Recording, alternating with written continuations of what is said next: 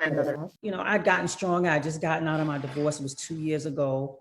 And I'd been through hell in that divorce. It'd been public. It was a mess. But I gained some strength and like strength that I never had, like self-love strength that I never had. I can handle what's coming, whatever's in your heart. Melanin goddess that's before me. Hello.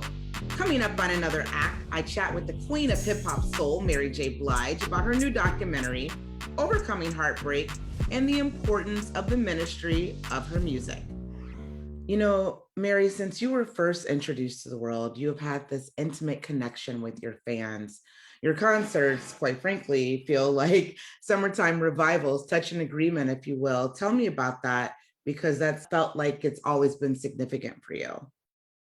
Well, it's a movement, and it didn't become significant until I released the My Life album.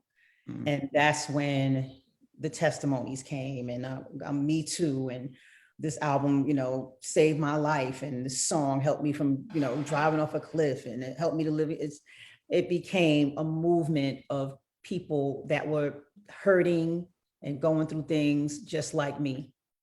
So it's, and it never stopped. It just kept going. Once I realized, it was a responsibility, that's been my job ever since. And, women are very extremely important to me. So, my mom was a single parent mother, and I was raised in an area where women would just abuse like crazy. When everybody reached out on that My Life album, I was like, oh man, this is a lot. Yeah, it truly does feel like what you've given over the course of your careers, that you've taken the pages from a very 20, I'd gotten stronger. I just gotten out of my divorce. It was 2 years ago. And I'd been through hell in that divorce. It'd been public. It was a mess. But I gained some strength, and like strength that I never had, like self-love strength that I never had. 2 years ago, we were on the royalty tour, me and Nas, and I was celebrating the 25th anniversary of My Life.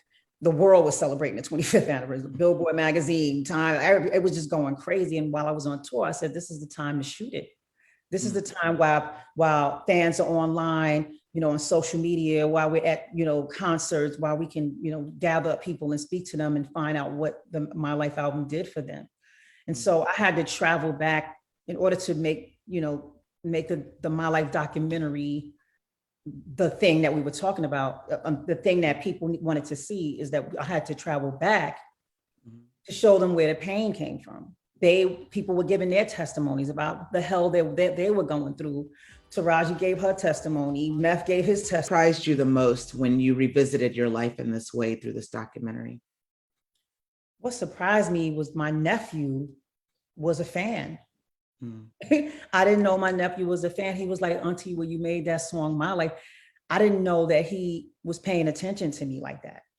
That surprised me. I was like, wow, my little nephews, they're my nephews, those are my babies, but they were fans. That just kind of like made me happy and surprised. Yeah.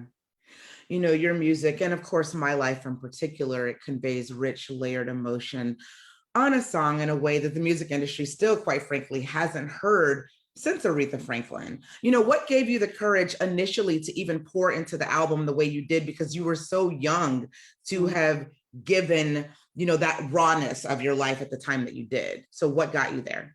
Just pain. Just pain. I need a place to put it. If you're an artist, you're going to paint whatever's in your heart and whatever's in your head. And I just needed a place to put it because it was so much pain. I needed to put it somewhere. I needed to sing it. And the thing with me was singing, it just made me feel better. So if I sing it, if I write it, I can get interested. And I know you and I have talked about this before, is that what you're doing right now in some ways is you're translating what you've done so well in your music career to your acting career. The roles feel as connective to us, I think, as the music does. Do you find that to be the case? And if so, why is that really still such a natural space for you to gravitate towards? Yeah, you're right. Yes. And the reason is because what I discovered with acting is that you have to find a real place and a real thing to make a real character, to make people believe it. So I got some real dark things to give to Monet. Yeah. I have some real, negative, sour places to give to Dinah Washington. Oh, I've seen the movie, and yeah, it's real. Just being not being a mother myself, because I don't have any kids, but knowing my mother and my grandmother and them, for Florence and Mudbound, and just being a mom, so you just gotta find real things to make a real character. Yeah.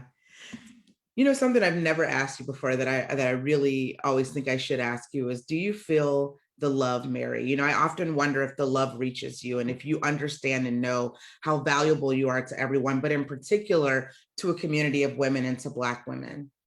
I feel it now. These days, I feel it now like I've never felt it before. And I embrace it with humility. And I'm so grateful. I love us. I love women, because I've seen us hurt so much as kids, so I feel it. Yes, I'm.